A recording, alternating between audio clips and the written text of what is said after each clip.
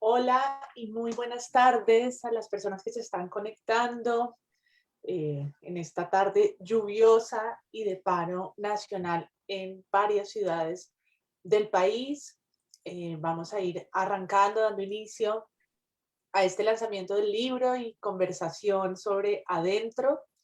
Mi nombre es María Paula Martínez, soy profesora del Centro de Estudios en Periodismo y voy a estar moderando este espacio junto con Lorenzo Morales, quien es autor del libro, es periodista, profesor y editor, también conmigo colega del Centro de Estudios en Periodismo y de la Maestría, y también con Miguel Winograd, fotógrafo colombiano, que sus trabajos han sido publicados en el New York Times, en The New Republic, ha expuesto en Bogotá, en Nueva York, en Ciudad de México, en Berlín, también profesor de técnica fotográfica y de historia de la fotografía, y que junto con Lorenzo y un equipo de 4 fotógrafos en total hicieron este recorrido, esta suerte de construcción de un nuevo mapa de Bogotá, a partir, por un lado, de las palabras que fueron las historias que Lorenzo escribió, pero también de la lente y de la fotografía que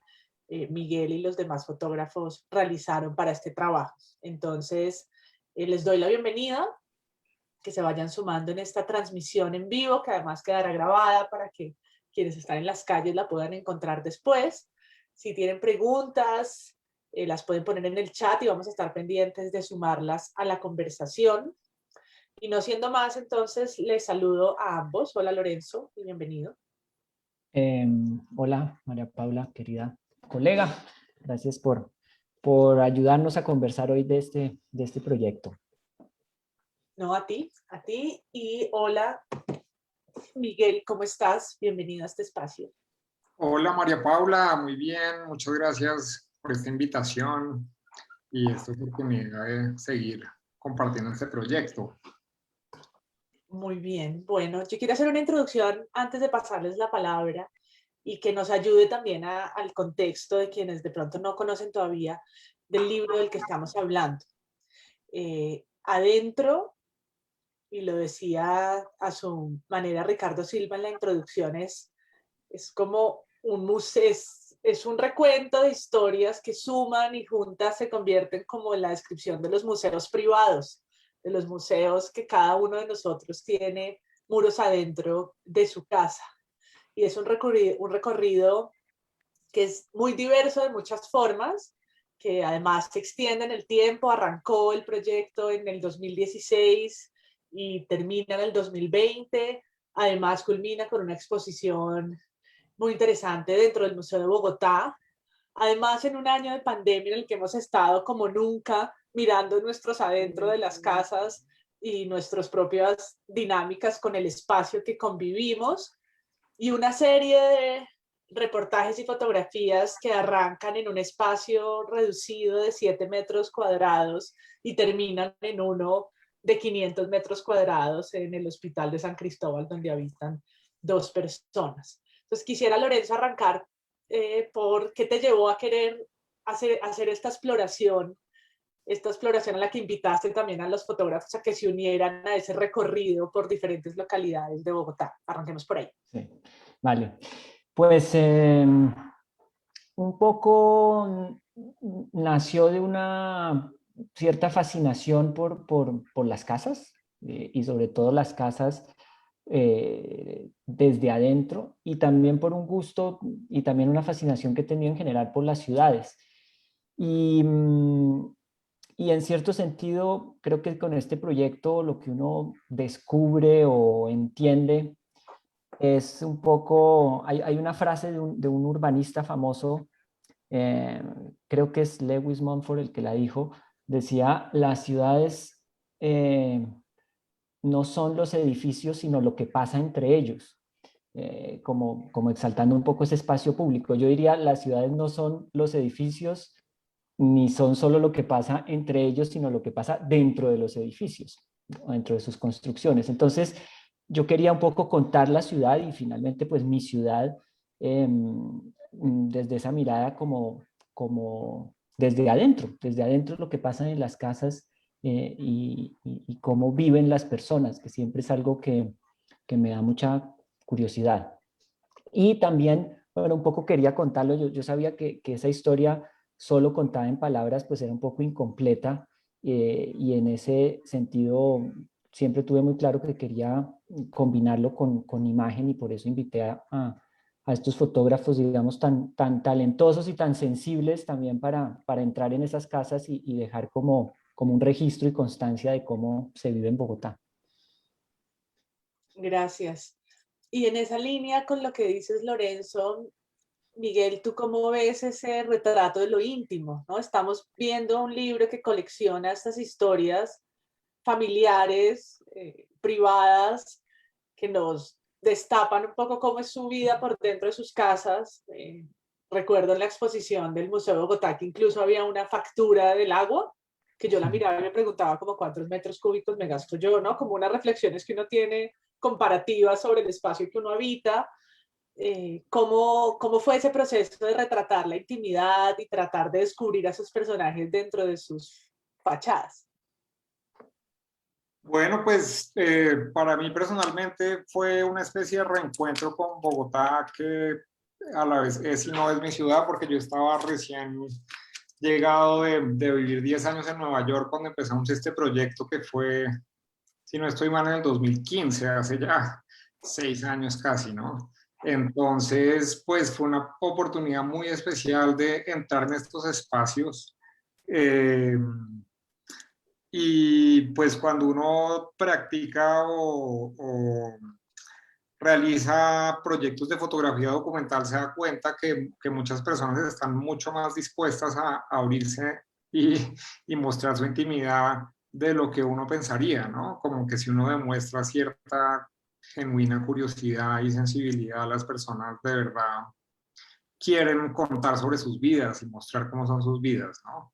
Entonces, y bueno, por otro lado también se trataba de un proyecto que era como un esfuerzo colectivo, entonces teníamos como, digamos que las personas en general, aparte de una sola historia, estaban contar sobre sus vidas.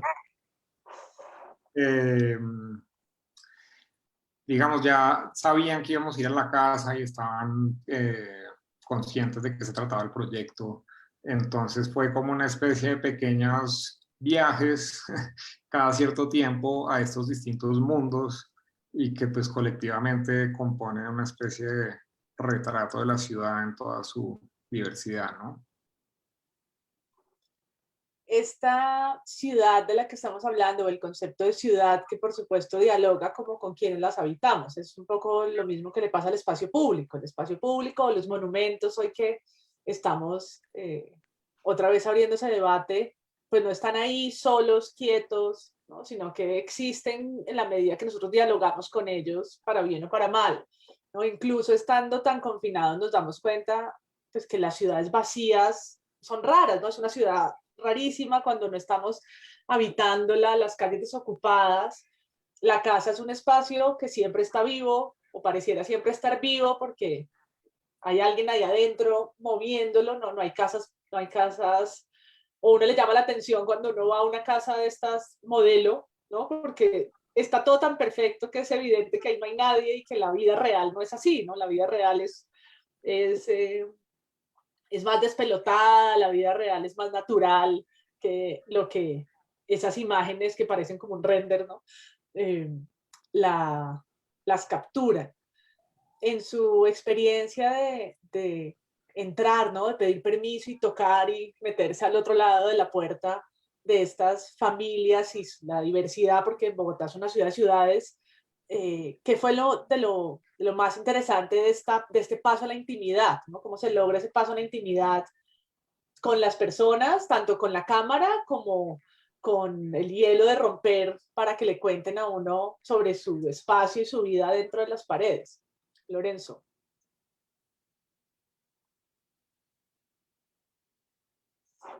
¿Tienes el micrófono apagado? Ah, sí, perdón. Estaba aquí echándole cabeza un poco a tu pregunta. Em, Pues evidentemente es un proyecto que en ese sentido es un poco invasivo, ¿no? Porque evidentemente no nos limitamos hablar con la gente en la calle, como solemos hacer los periodistas con frecuencia, o en su oficina, o en un espacio, digamos, como para ese tipo de conversaciones. Y, y en ese sentido, pues sí, la gente nos abrió su puerta, nos acogió, y lo que nosotros siempre tratamos de hacer, yo creo, para lograr como esa sensación de intimidad y lograr entender cómo vivía la gente, no era tanto ir a entrevistarlos, sino era sobre todo ir a pasar un rato con estas familias, una mañana o una tarde. Y, y pues sí, no, lo más sorprendente y de lo que quizás yo estoy más agradecido es esa generosidad de las personas en entregarse y mostrarse a un par de desconocidos y desconocidas un pedazo de su vida, ¿no? Eso para mí siempre será motivo de extrañeza. Y yo creo que lo otro que era interesante es como no íbamos a hacer una entrevista, sino íbamos a pasar tiempo, aunque al principio, pues por supuesto hay cierta rareza de unos desconocidos que se encuentran. Con el tiempo realmente creo que lográbamos una cierta sensación de familiaridad y de estar ahí en una forma en la que incluso podían hasta olvidarnos. Con Miguel, algunas de las historias que trabajamos, o una en particular, no solo estuvimos una tarde, sino estuvimos 2 días, porque es la historia de una familia que vive en una de las últimas veredas de Sumapaz, se llama Ánimas Altas, queda como a 6 horas en carro de Bogotá, de Bogotá no, perdón, del centro de Bogotá, sigue siendo Bogotá, es totalmente rural, el páramo, la montaña, y con ellos compartimos eso, desayuno, almuerzo, comida, descanso, paseo entre los frailejones o entre las brumas, etcétera. Entonces, sí, termina uno pues como con una inmensa empatía y como con una confianza muy grande, no solo por el tiempo, sino por el tipo de conversación y experiencia que tuvimos con ellos. De hecho, ahorita hay algunas fotos de ese proyecto de las que podemos hablar. Sí, para allá hoy quisiera, si te parece, Miguel, antes de darte la palabra, poner las fotos y con eso podemos escucharte mientras las vemos. ¿Te parece? Porque tiendo a pensar que esta primera foto, que voy a poner en este instante en la pantalla, allí, se ubica en ese lugar el que nos estabas describiendo, Lorenzo. Sí, así es. Ese es en la casa, digamos, de Auder Molina. Bien, entonces si quieren arrancamos por este escenario, un poco por ese lugar y cómo fue retratar esa ruralidad dentro de Bogotá, ¿no? Bogotá es tan grande que podemos contar muchas horas de distancia entre un lugar a otro, cosa que no en todas las ciudades pasa. Si contáramos 6 horas, podemos pasar en algunos lugares a otra ciudad, incluso a otro país, manejándolo. Y esa diferencia incluso de climas y de situaciones que pueden pasar dentro de un territorio tan extenso como Bogotá. Entonces arranquemos en Sumapaz y cuéntenos un poco de esta experiencia también de retratar este escenario, Miguel. Tienes el micrófono apagado. Ahora sí. Sí, te escuchamos. No, decía que por otras circunstancias llevo varios años fotografiando los páramos de los alrededores de Bogotá. Entonces, en cierto sentido, ir al Sumapaz fue como una mezcla de este proyecto con otros proyectos personales, pero en todo caso es un lugar muy interesante con una historia de movilización política también y como de activismo muy fuerte, ¿no? Entonces es como esta familia, pues que son campesinos del páramo, pero que también tienen toda esa visión como tan fuerte y crítica de la situación política, ¿no? Y al ser como un corredor entre Bogotá y, pues, por un lado los llanos y la selva y por el otro lado Huila, Tolima, etcétera, también ha sido un punto de contacto de Bogotá, pues, con el conflicto armado, ¿no? Entonces se nota un poco en las historias, pues, personales de esta familia y también las historias que ellos cuentan. Pero al mismo tiempo también tiene toda esta como ambiente medio místico del páramo y la niebla, ¿no? Como estos lugares que ya uno no asocia para nada con la ciudad y pues que yo diría que en realidad, aparte de las conexiones varias que tienen con el centro urbano, es como otro mundo totalmente, ¿no? Y bueno, allá estuvimos con esta familia que habían recién matado como un cordero, ¿no? Entonces nos dieron ahí de comer el hígado fresco y otras cosas que quizás para algunas personas no sean tan apetitosas, pero que están muy buenas. Eh, y pues vivimos con ellos una jornada de trabajo campesino que empieza muy temprano, ordeñar las vacas y eh, todas las faenas pues, del campo. Eh, pero también compartimos, como te decía, todas estas conversaciones muy informadas, interesantes sobre otros temas. No sé qué se acuerda Lorenzo de esa estadía allá arriba. Sí, Ay, viendo esas fotos, me hizo recordar un poco de esa tensión que hay entre la ciudad y el campo, porque finalmente esta familia, estas personas son bogotanos, aunque no lo creamos, hacen parte de Bogotá, están regidos, digamos, por el decreto de la alcaldesa, los cobija a ellos en la medida en que son parte de Bogotá, pero me acuerdo que Auder, y está en una de las crónicas, en la crónica de ellos, contaba que a él no le gustaba mucho bajar a la ciudad, bajar desde las montañas a la ciudad, le tocaba hacerlo porque, pues, por diligencias y cosas, pero contaba que una vez lo paró la policía y casi lo detienen porque él llevaba una navaja, que en el contexto urbano es un arma cortopunzante, en el contexto de Auder es una herramienta de trabajo. Entonces él inocentemente bajó con su navaja, pues porque allá donde él vive necesita su navaja, pero en la ciudad eso era un peligro. Entonces, no, como esa relación un poco conflictiva que tienen los que viven en estos parajes de la ciudad, pero son parte de la ciudad. Y bueno, también con el tema de la navaja, pues que tiene mucho que ver con el contexto de la historia política del Sumapaz y pues la permanente estigmatización de la población por parte de la fuerza pública, ¿no? Eh, pienso yo. sí, pues es este como lo que llaman en la política pública el borde urbano-rural, ¿no? Que pasa también en Usme, que pues pasa ahí en el páramo del Sumapaz, que está ahorita por ser decretado como patrimonio, pero que sin duda pues recoge un poco esas realidades extrañas comparadas con el centro o con el norte, de esas otras historias que también están en adentro, que no pareciera de conciudadanos, ¿no? Que realmente se aleja mucho, pero por supuesto yo he pensado siempre en esta diversidad, pues el confinamiento para estos lugares tiene unos sentidos muy distintos.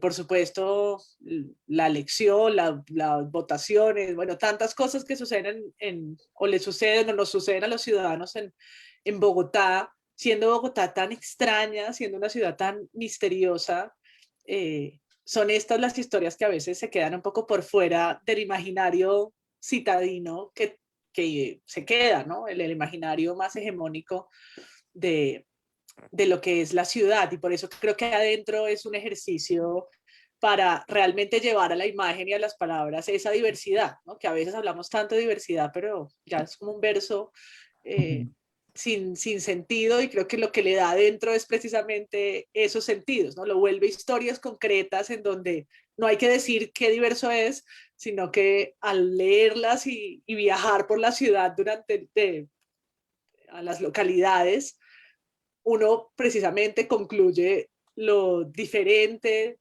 de cada una de las realidades y cómo es eso precisamente, esa mezcla es lo que construye la ciudad. Les propongo que nos vayamos a otro escenario. Estas siguen siendo de Sumapaz.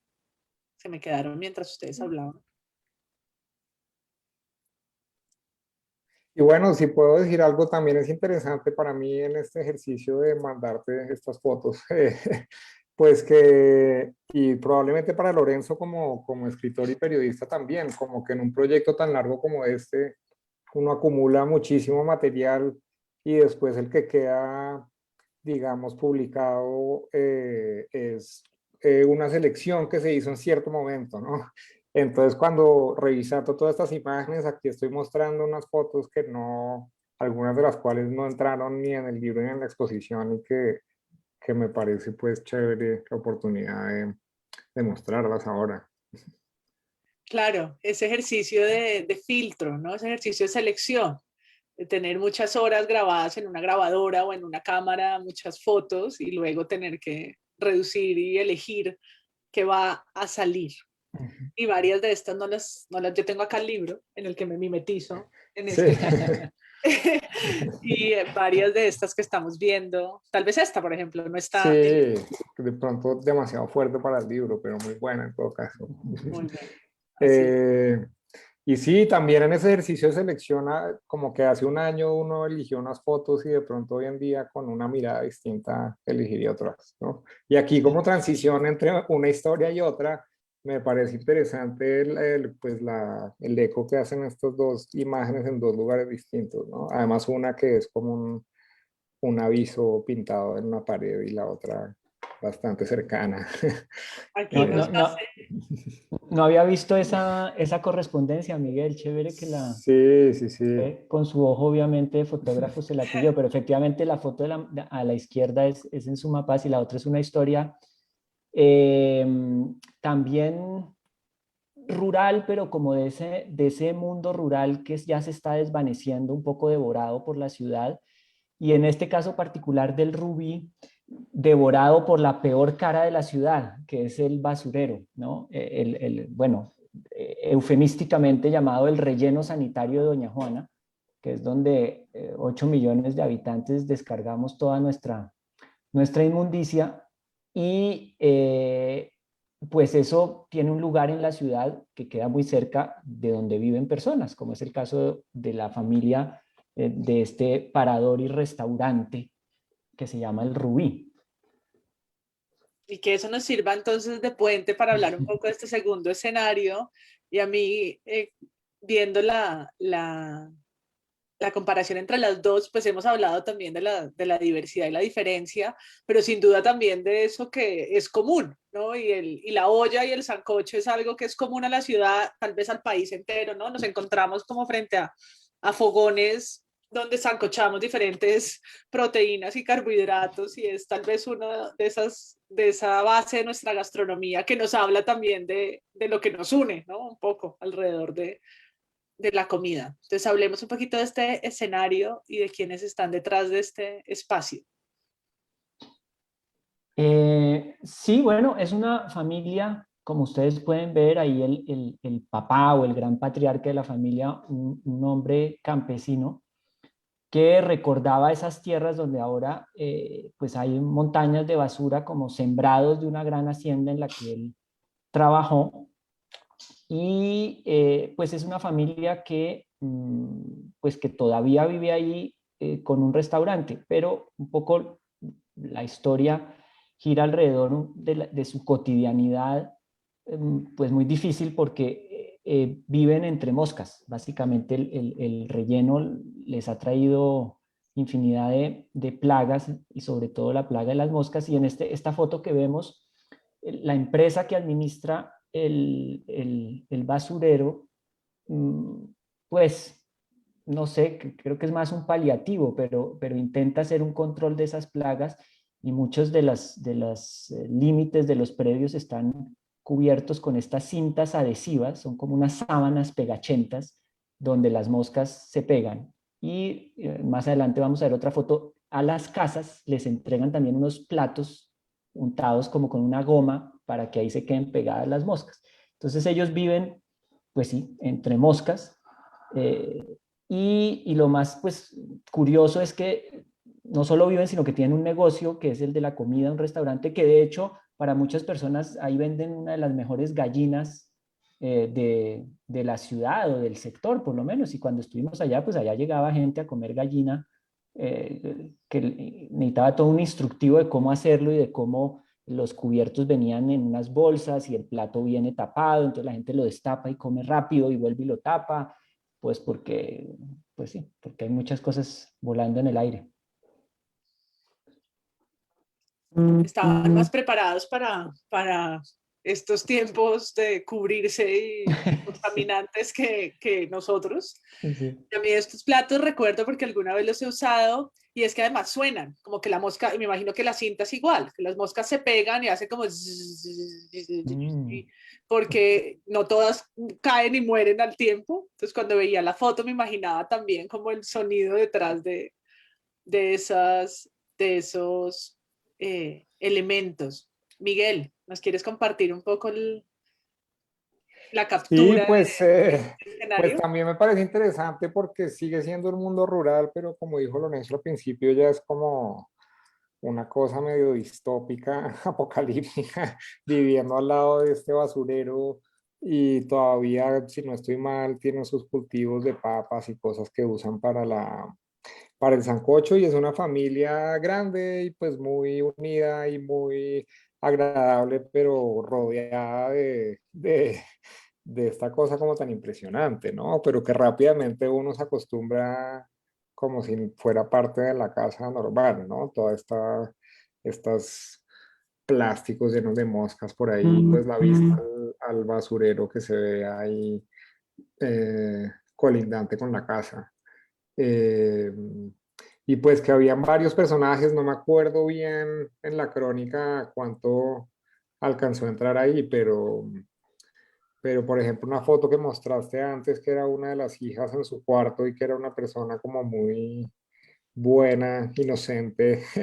Creo que esa foto, por ejemplo, no alcanzó a entrar ni ese personaje en la crónica, ¿no? Mm. Entonces, siguiendo con el tema de lo que se quedó afuera, que, que, que a veces uno se reencuentra ahí Sí, sorpresivamente. de hecho, mirando esta selección, Miguel, eh, bueno, no sé, me hubiera gustado que el libro tuviera más páginas para incluir algunas de estas fotos. Esa en particular que María Paula acaba de mostrar de la hija de ellos es bellísima, en ese cuarto, que además los cuartos tenían que estar siempre cerrados precisamente para evitar que entraran las moscas y a veces también las ratas. Mm.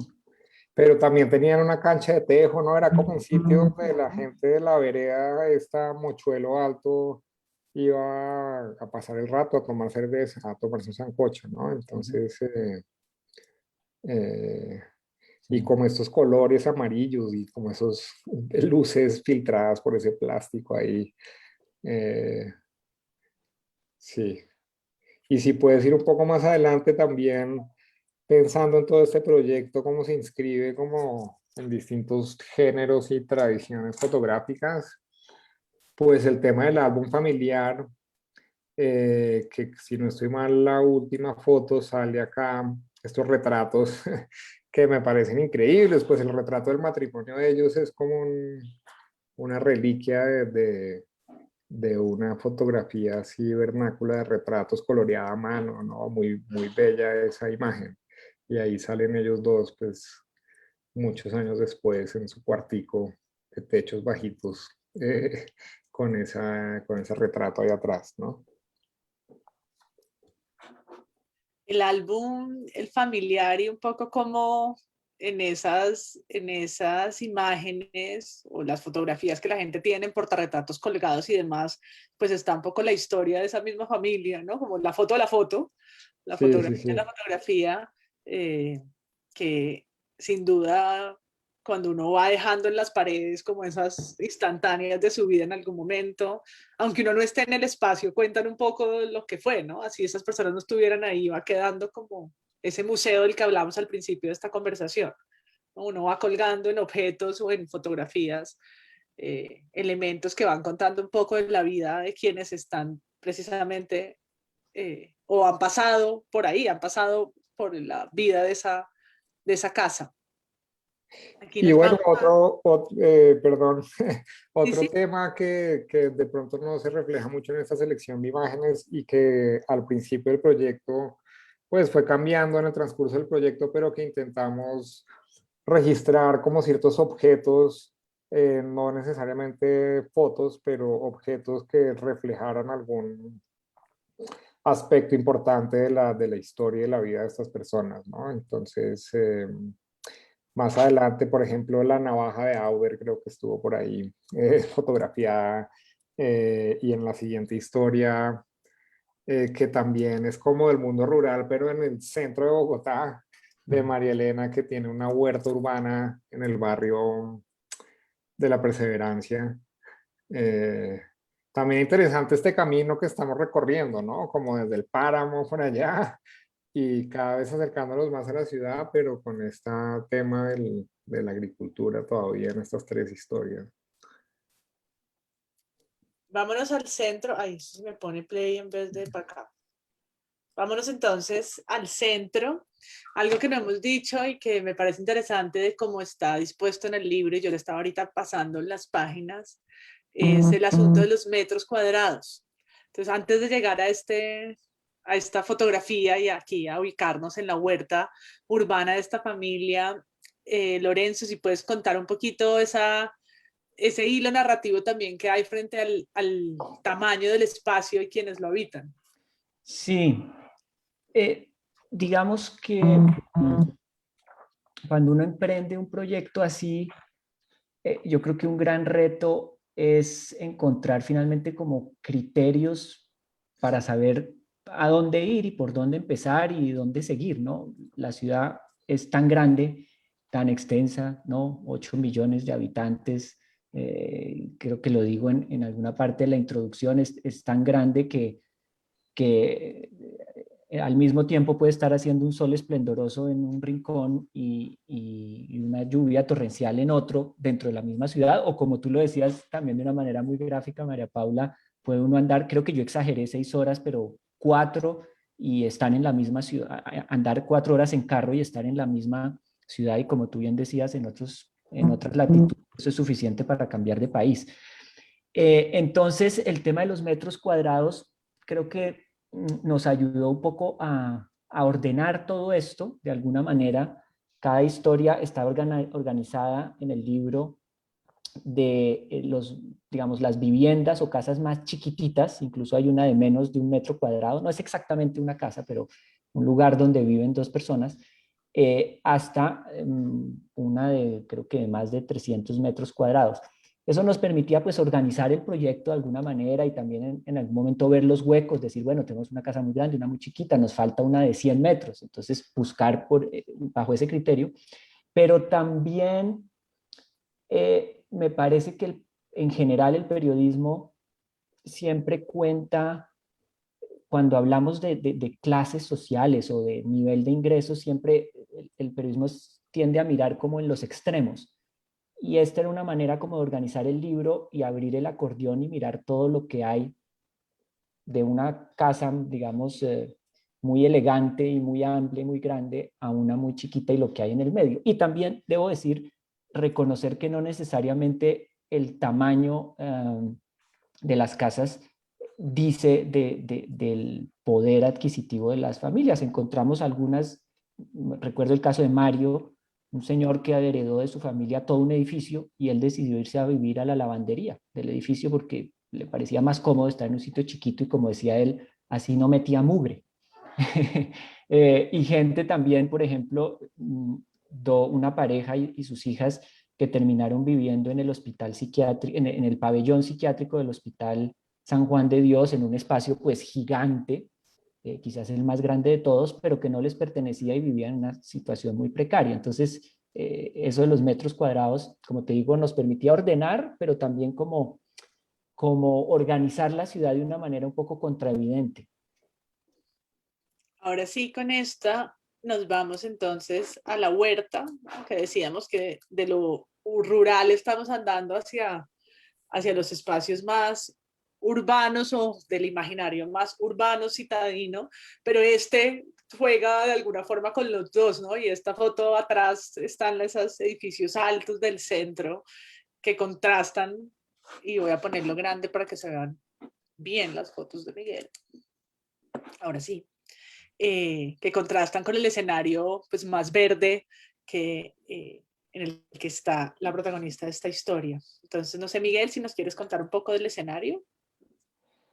Sí, bueno, pues este es un barrio dentro de la Perseverancia, que no me acuerdo exactamente cómo se llama, pero es abajo de la Quinta, por los lados de la Plaza de Mercado, y que uno se mete entre unos callejones recovecudos que parecen como Marrakech y llega a la casa de esta señora María Elena, que es pues una persona muy especial y generosa, que tiene este huerto, pero que también organiza talleres y tiene toda una serie de actividades alrededor del huerto y como de la idea de la huerta urbana, ¿no? Y que también en cierto sentido, mientras que los anteriores estaban medio asediados por la basura que produce la ciudad, ahora que mencionabas esos edificios de atrás, esta casa de María Elena también está lentamente siendo absorbida por nuevos proyectos urbanísticos bastante grandes y que pues ojalá no terminen con este espacio tan bonito que tiene ella, pero creo que por lo menos en mi parte del trabajo con Lorenzo fue la primera historia que hicimos, Ujú. o sea que esto fue hace 6 años y, y también aprovechando este espacio para invitar a las personas a que vayan a visitar la exposición que está muy bien montada y que le queda más o menos un mes, este mes que está como complicado, pero yo estuve la semana pasada y no había nadie, entonces en términos del COVID es un espacio bastante seguro. Pero bueno, el caso es que la historia de María Elena la montaron para hablar un poco de la exposición en uno de los jardines o de los patios de esta casa Sámano y ella construyó ahí una pequeña huerta que está produciendo verduras y entonces de pronto se la encuentran por ahí si van un día porque yo sé que ella va a, a cuidar sus maticas, ¿no? Sí. Hay una cosa, de las cosas bonitas, bueno, para la gente que está conectada y no lo sabe, el libro tuvo una secuela que fue que el Museo de Bogotá decidió pues convertir el proyecto, convertirlo y adaptarlo a una exposición en su sede de la Candelaria, en la Casa Sámano.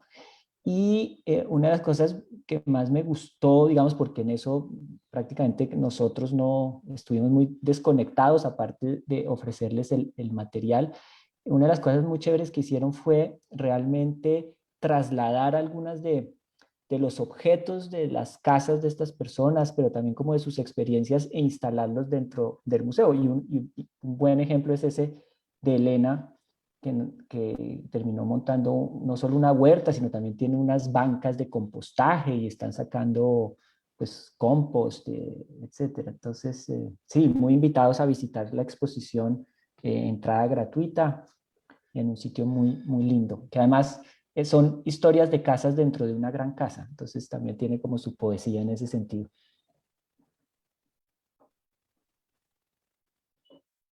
Yo estoy silenciada diciendo que sí, que tiene mucha magia, una casa histórica, ¿no? Que ojalá podamos cambiarle el nombre algún día para que no sea la Casa Sámano, sino otra cosa, pero el Museo de Bogotá que tiene sus dos sedes, la de los siete balcones y la Casa Sámano, y que para adentro creo yo hizo una adaptación muy interesante de estos espacios para revelar pues, el asunto que hablábamos de los metros cuadrados, pero de esos objetos y de ese museo privado ahora puesto en las paredes de un museo abierto y público. Ya el Museo de Bogotá tiene un trabajo muy interesante sobre el álbum de familia, ¿no? Y es que las personas compartamos imágenes de Bogotá y ha hecho una construcción, tiene un acervo fantástico, participativo de imágenes de la ciudad a partir de nosotros que la hemos habitado en las últimas décadas.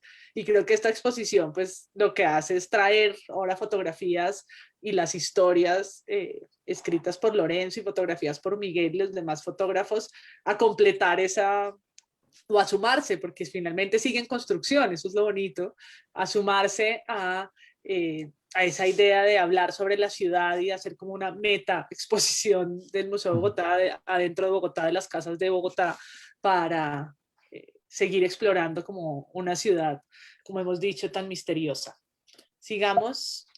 Ay, perdón que se Creo que me por ahí preguntaban hasta cuándo va a estar la exposición. No, yo no sé la fecha exacta, pero creo que es a mediados de junio más o menos. Lorenzo, de pronto. Tampoco tengo la fecha exacta, pero sí entiendo que es hasta junio, quizás mediados de junio, así que tenemos todavía todo el mes de mayo y quizás un par de semanas del mes que Sí, sigue. yo me comprometo mientras nos van contando de estos objetos, quisiera detenerme un momento acá, yo me comprometo a buscar en la página del Museo de Bogotá hasta cuándo para darle a quienes preguntan. ¿Qué estamos viendo? Bueno, estas fotos eran también en una vivienda totalmente mágica y que contrasta con los alrededores porque esa es la mitad de los Mártires, como cerca de la estación de La Sabana, pero es una especie de cité estilo europeo, como un callejón con unas casas muy pintorescas, todas pintadas de colores en la mitad de este barrio un poco más rudo. Y el personaje también resultó al final de toda nuestra visita, como después de 4 horas, contándonos toda una historia muy interesante de su pasado, que había sido soldado en la famosa operación de Marquetalia en los años 60. Era un señor, no sé cómo llegamos ahí exactamente, de pronto Lorenzo. eh, Pues ahí fue, creo que en esta historia en particular, la magia de una de nuestras productoras, es decir, una persona que nos ayudó a encontrar algunas de las historias y creo que ella fue la que la encontró. No sé muy bien cómo lo hizo, pero sí, efectivamente es un sitio interesante de la ciudad porque, si no me equivoco, y eso está tal vez en la crónica, es uno de los primeros o el primer conjunto cerrado que tuvo la ciudad, que era esta noción de juntar varias casas en una especie como de cuadra cerrada y seguramente compartían algún tipo de servicios. Y eso alcanzó a estar en un barrio que era bastante, digamos, elegante en los años quizás 30 o 40. Y hoy día es, sí, como decía Miguel, un barrio no muy, pues un barrio convertido en talleres de motos, autopartes, con algunas casas que todavía se les alcanza a notar, digamos, su lustre antiguo y su elegancia, pero ya muy en decadencia. Esto es muy cerca también de un teatro que en esa época era el teatro más elegante de Bogotá, que se llama el Teatro San Jorge, un teatro en estilo deco que está prácticamente en ruinas, pero en pie, digamos, todavía. y bueno, de pronto podemos volver a las fotos de, para ver a nuestro personaje, ¿no? El dueño de estos remedios y Así, esa pues esa arma que era de juguete, si no estoy mal, ¿no? Tampoco uh-huh. es que él tuviera un carácter marcadamente militar ni nada, pero él también nos recibió en su casa, muy amable, y nos estuvo conversando también en la historia. Hay un poco ese tema del, pues de las personas mayores que se quedan solas y pues es una vida también un poco difícil en ese sentido. Eh, Pero recuerdo, de hecho, era una persona muy, muy alegre, ¿no? Su plan de vida, digamos, su vida cotidiana era salir de su casa, irse a los cafés a echar cuentos con los amigos y comer pan en las tiendas del barrio. Y parecía vivir, digamos, sí, vivía solo, pero una persona muy activa, recuerdo. por ahí hay otra foto que sale sonriendo con unas naranjas en la mesa del comedor. Joaquín Guzmán, ya aquí estaba mirando el libro. Esa foto, Aquí eh, está. Sí. sí, sí, lo recuerdo exactamente así, con esa sonrisa para todos lados. Sí, era como mamagallista, así como Sí, tal cual. simpático. Bueno, ya encontré las fechas. Está hasta el 30 de junio y el Museo de Bogotá, la Casa Sámano, abre de martes a viernes. Obviamente dependiendo de las medidas que estén en la ciudad y que se permita abrir museos. Ha estado recuperando pues la presencialidad de 9 a 5 los martes, de martes a viernes, perdón, y los sábados y domingos de 10 a 5. o sea que cierra el día lunes, para quienes han estado preguntando cómo se puede visitar la exposición. Listo. Con el puente de esta historia nos vamos a la que, si no recuerdo mal, es el espacio más reducido.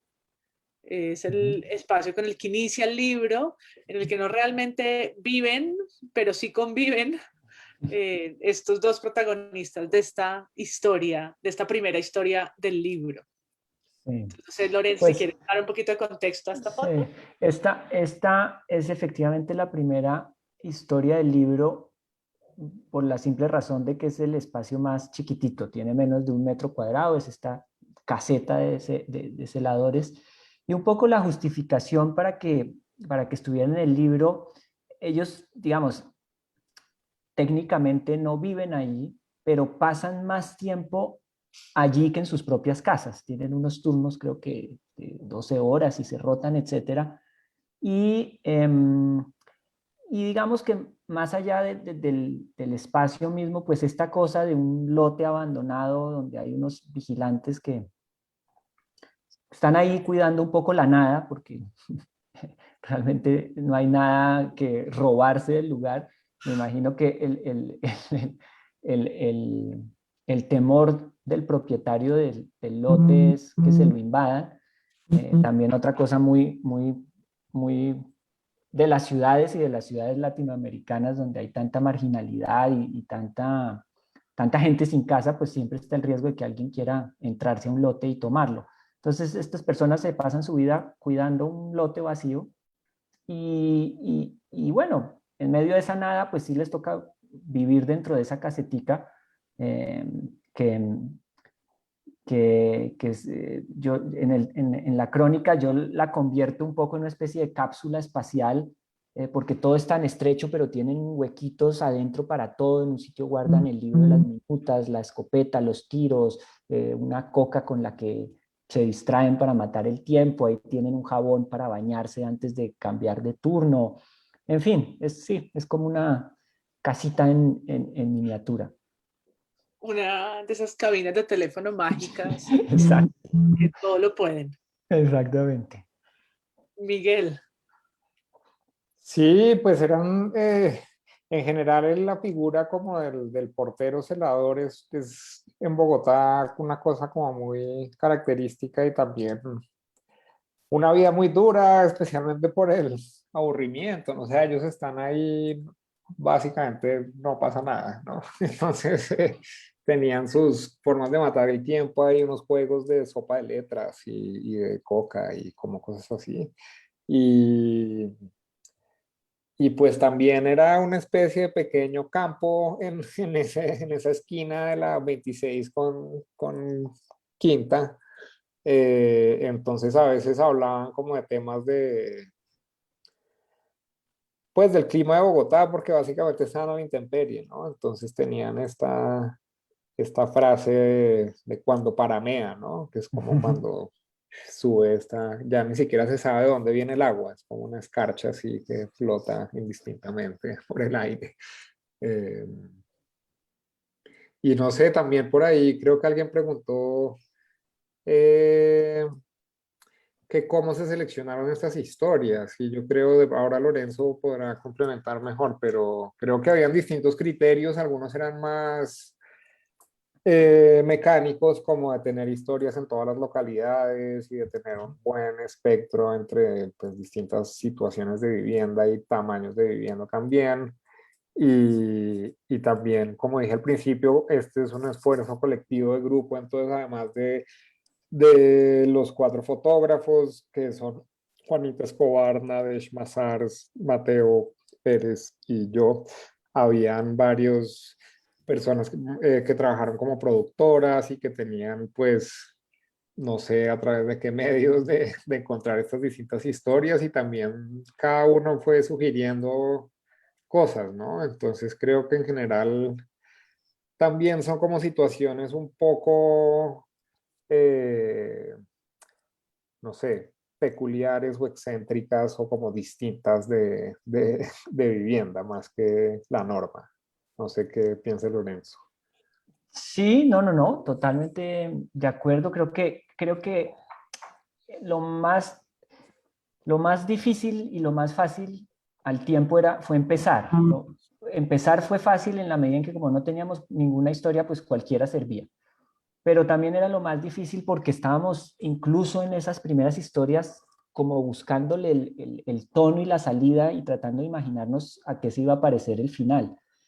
Ya cuando íbamos avanzando, creo que eh, a medida que íbamos haciendo historias, tanto yo como los fotógrafos, pues como que entendimos qué estábamos encontrando y a qué se iba a parecer, y eso también nos permitía pensar en nuevas historias, y en eso le agradezco mucho también a Miguel y a los demás que aportaron también ideas de algunas historias, y las productoras fueron las magas de todo esto. Especialmente que me gustaría mencionar a María Camila Sarria, que estuvo en quizás más de la mitad del proyecto, consiguiendo las historias y a veces haciendo algo crucial, que era como abrir a las personas y abrir estas casas. No es solo tener el dato y el nombre y el teléfono, sino es conseguir un sí, vengan y pasamos una tarde. Sí, como decía Miguel, también había una intención. No queríamos quedarnos en nuestros propios recorridos, no sé, cada uno pues se mueve en su barrio o en su localidad, hubiera quedado todo, en mi caso, muy concentrado de pronto en Chapinero, etcétera. Entonces, sí había un esfuerzo como también de cubrir todas las localidades, aunque eso no garantiza tampoco que por eso, digamos, esté retratada en su totalidad y en su complejidad la ciudad. Creo que ese es un propósito imposible. De eso se tratan las ciudades, pero bueno, tratamos de hacer como una especie de muestra o de colección que algo sí mostraba. Y hay otra, ahí veo que también otra pregunta que se relaciona con esto, entonces lo enlazo. Dice que las fotografías se ven como muy íntimas. Seguramente Miguel, creo que es más una pregunta para Miguel, pero yo solo diría una cosa de eso. Hay, hay un periodista gringo que, si algo lo distingue, es que escribe libros larguísimos sobre personas. Hay uno muy famoso sobre un personaje medio desconocido, pero que ayudó mucho a definir lo que es hoy día la ciudad de Nueva York. El periodista se llama Robert Caro y el libro se llama The Power Broker. Y él decía, y entonces escribe libros de 3.000 páginas sobre una persona, que digamos son como biografías. Y él decía, el tiempo es igual a la verdad. Y diciendo como que entre más tiempo pase uno sumergido en la vida de una persona, pues más se acerca a su verdad. Yo creo que si en estas historias hay algo de verdad de esas familias es por el tiempo que pasamos. Como les decíamos, no íbamos a hacer una entrevista, a sacar 5 fotos rápidas para llevar a un archivo, sino pues sí, tratábamos de estar con ellos, compartir, conocerlos, y esta que vamos a ver ahora tiene toda una historia interesante, y le doy la palabra a Miguel. Sí, pues de casualidad salió esta pregunta a colación justo con esta historia que fue, pues, digamos, nuestra aproximación más eh, menos amable de todas las historias, porque llegamos, fue la única historia que hicimos como sin previo aviso, porque se trataba de un personaje que había visto Lorenzo que vivía en esta zorra al borde de la autopista norte, más o menos a la altura del cementerio Jardines de Paz. Y pues esa pregunta me imagino que en el periodismo también, pero en la fotografía siempre las personas al iniciar tienden a tener una reacción como de rechazo, resistencia ante la cámara, ¿no? La cámara se ve como una cosa muy agresiva. eh, entonces creo que parte de esa aparente intimidad que reflejan estas imágenes tiene que ver un poco con, pues porque tampoco es que hayamos estado días enteros con todas estas personas. A veces esta conversación con este señor habrá durado 1 hora y media o algo así, ¿no? Entonces, por un lado, inicialmente en esta historia hubo toda una especie de negociación, porque nosotros llegamos y este personaje que era reciclador y pues que tenía una actitud muy a la defensiva, un poco agresiva, pues de hecho nos salió a recibir como con un palo, ¿sí? A decirnos que nosotros qué hacíamos ahí y tal, y pues entre que le explicamos nuestras intenciones, que no tenían nada de malo, ¿sí? Como que el objeto de estas historias es como, no es juzgar, ni es hacer un argumento político, ni es como instrumentalizar la situación de estas familias de ninguna manera, sino simplemente como abrir una ventana a estas experiencias, ¿no? Entonces yo creo que en cierto sentido, pues eso las personas lo iban percibiendo en esta interacción con nosotros, ¿no? Entonces, de a poquito se iban como corriendo esas barreras de resistencia, ¿no? Entonces, con este señor Alejandro, pues inicialmente él casi que nos saca palazos, ¿sí? Pero después lo explicamos y también llevábamos ahí una gaseosa y como un mercado y eventualmente nos quedamos con él conversando un rato. También tenía una compañera que sí estuvo como más bien metida ahí dentro de esa que también es una vivienda, ¿no? Pero pues en este caso, y pues toda una especie de pequeño mundo rural también, porque también tenían gallinas y perros y tenían esta paloma y tenían, no sé, toda una serie de animales alrededor de esta isla ahí al borde de la autopista, ¿no? Entonces, sí, que creo que ya no está, esta es una de las personas que no se sabe hoy en día qué será de él, porque ya su zorra, que no me acuerdo cuántos años llevaba ahí, pero lleva años viviendo ahí, ya no está. Sí, y este es un buen, un caso un poco extremo, como decía Miguel, de ese juego, sí, de cierta seducción que hay entre unos periodistas que quieren contar una historia y una persona que inicialmente ni siquiera entiende qué estamos haciendo ahí. Y en el caso de él yo creo que era muy comprensible. Finalmente él estaba ocupando una de estas veras de la autopista, pues que no son de nadie, bueno, mejor dicho, son de la ciudad, pero pues no es un sitio para instalarse a vivir, y él estaba bastante instalado, incluso tenía, aparte de su carreta que era, pues la movía, tenía como unas cuevas ahí donde los perros se habían metido, eran como unas bodegas y él guardaba ahí unas palas y unas cosas. Pero digamos que esta historia para mí fue muy aleccionadora en ese sentido, como yo pues, a mis estudiantes de periodismo, creo que los más chiquitos cuando están empezando suelen rendirse muy rápido ante un no, ¿no? Y yo creo que aquí con Alejandro pusimos a prueba esa resistencia de un primer no, un segundo no, pero explicándole y también yo creo que esto es un ejercicio de, de dar y recibir, ¿no? También yo creo que en la medida en que queríamos que las personas nos regalaran o nos prestaran o como se quiera decir sus historias, yo creo que muchas veces conseguíamos que las puertas se abrieran dando uno un poquito también de su vida y de su historia, pues, y es eso, contando quiénes éramos, qué estábamos haciendo, cuál era como la intención del proyecto, y luego sí en una conversación más abierta, pues uno podía seguir dando un poquito más. Pero aquí sí, la llave fue la gaseosa. Cuando le dijimos, bueno, pues no, veníamos con una gaseosa a ver si nos la podíamos tomar juntos, dijo, ah, bueno, muestra, a ver, siéntese, y nos tomamos esa gaseosa.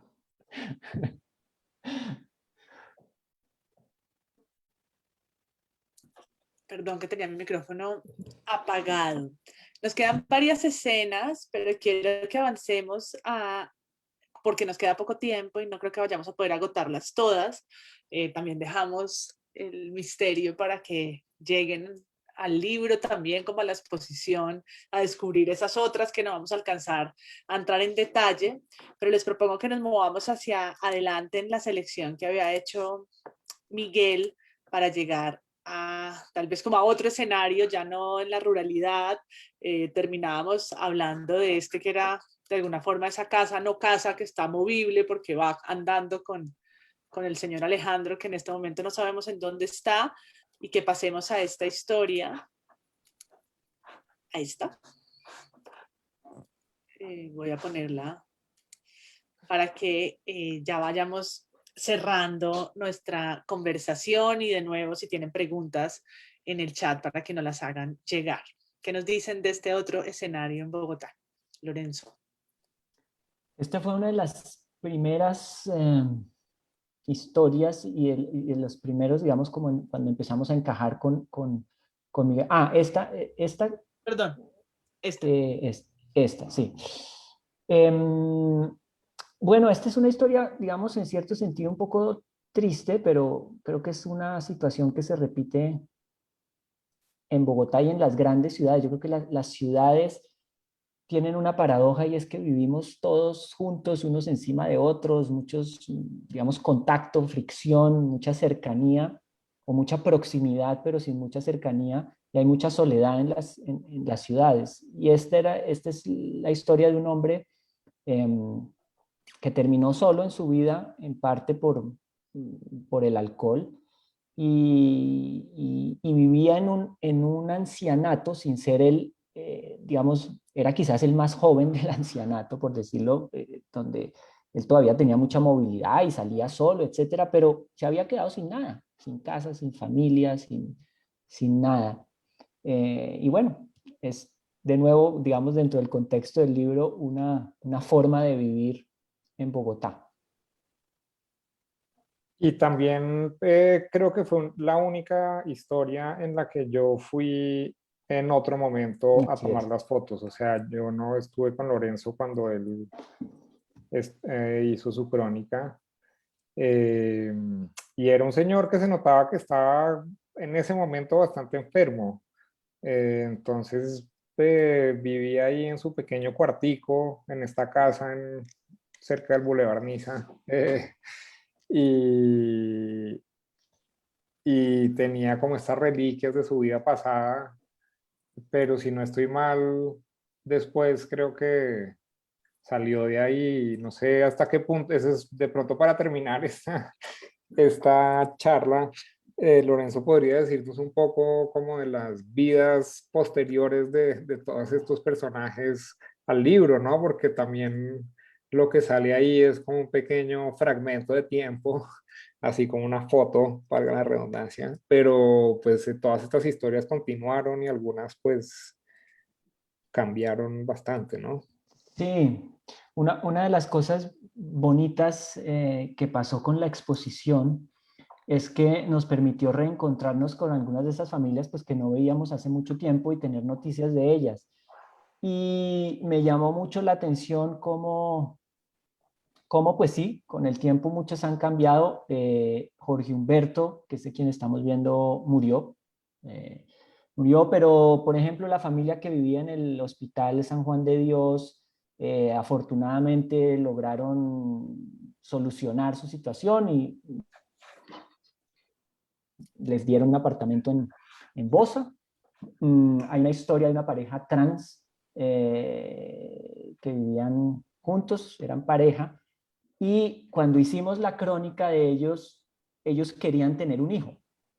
Y cuando me los reencontré en la exposición, efectivamente habían tenido una niña, eh, pero también se habían divorciado. Entonces, aunque el libro, digamos, las fotos y los textos congelan un momento en la vida de las personas, eh, para esas personas la vida no se detiene. Entonces el libro es como una instantánea, eh, pero sí, casi que se podría hacer un pequeño epílogo contando qué pasó con todas estas familias. Alejandro pues desapareció, ya no sabemos dónde está, los otros se mudaron, hay una historia de dos hermanas que vivían solas en una casa y cuando las volví a ver me contaban que ya habían como arreglado muchas cosas de su casa, pintado las paredes, pañetado, en fin, digamos, el libro, como decía, congela un instante de la vida de estas familias, pero para todas su vida ha seguido, por supuesto.